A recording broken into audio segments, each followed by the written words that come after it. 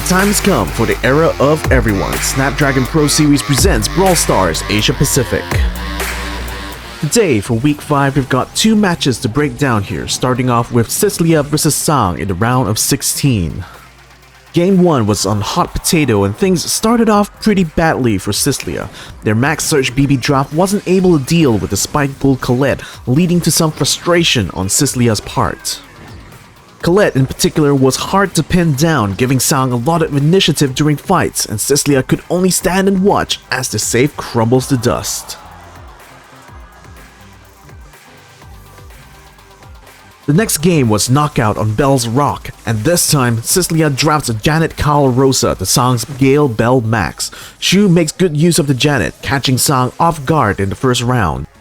Kiritampo's Gale got taken out first, while Guntampo on the Bell took a bad hit from Melty's Carl, who then pushed forward, forcing Bell in the Max to be pincered in the middle.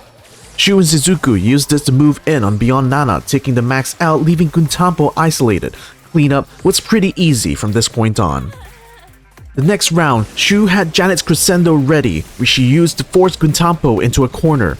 Getting the Bell down to 100, she used Drop the Base's huge radius to finish her off. Kiritampo moved in to help, which allowed Shizuku to isolate Beyond Nana and take the Max out.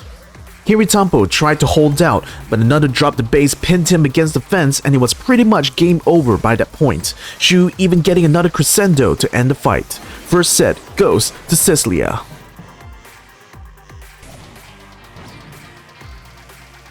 For the next set, Guntampo took the left side and successfully kept Shu suppressed, eventually taking them out first. Kiritampo had Shizuku in front of the three-sided fence and a Gale Force trapped her in.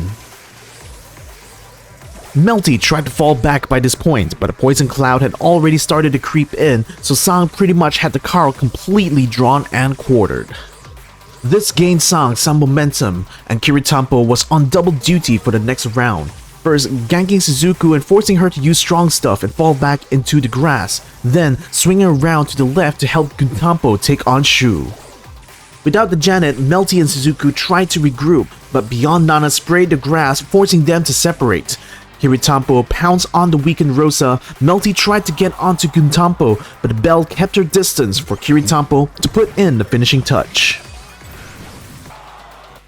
In the third and final set, Shizuku made an error that allowed Rosa to be trapped in the fence again, and without their tank, Shu and Melty could only play defensively. Kiritampo had plenty of range to hit Shu from across the lake, and Guntampo sniped out their loudspeaker as soon as it was set down, leaving the Janet dangerously low on health while stranded out in the open. Easy pickings for the Gale.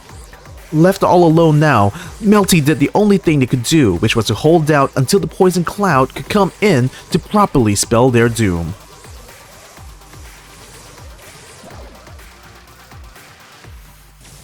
The next round didn't get any easier, and Shu's Crescendo ended in a crash with one last shot from Guntampo as soon as the Janet landed. Second set goes to Sang, and on to the quarterfinals they go.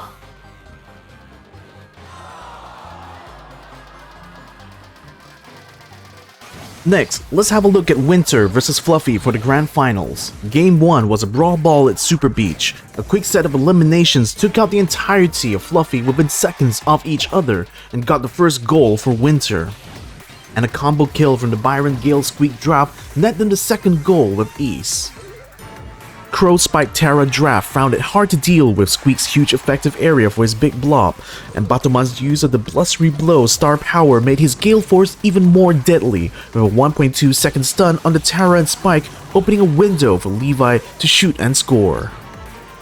Next round, Fluffy managed to take out Levi and had Winter backed up to their goal, while they waited for the Byron to respawn. Once he was out, Squeak pushed up to open up some space at the cost of his health. He regrouped together with Levi while Batoman took over, pushing Tara out of the bushes with the Gale Force. Miria, sensing an opportunity, tried to jump on the Squeak, but Levi still had a full treatment, which he used to stop the Crow. They swung this momentum to push Fluffy back into their own goal. Unfortunately, the Squeak got taken out during the siege, which left Winter in an awkward position for the attack. At a crucial moment, Levi was pummeled to an inch of his life, so Spike moved in to kill.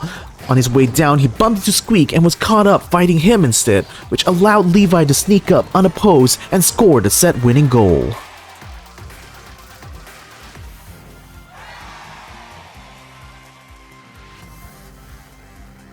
Game 2 was Gem Grab on Double Swoosh. Sandy Byron Mortis on Winter's side was no match for Max Pam Squeak on Fluffy's side, both rounds ending in disaster for Fluffy. Sandy's tactic of using Sandstorm to delay Fluffy's attempts to stop Winter from finishing the countdown was so effective they were able to do it again in the next round. Here, Levi makes a spectacular play on the Mortis, setting up kills for Batoman on both Squeak and then Pam during the countdown. Staggering the kills like this meant that no matter what, Fluffy could only fight back one at a time, further compounding their problems. Winter takes the champion for week number 5.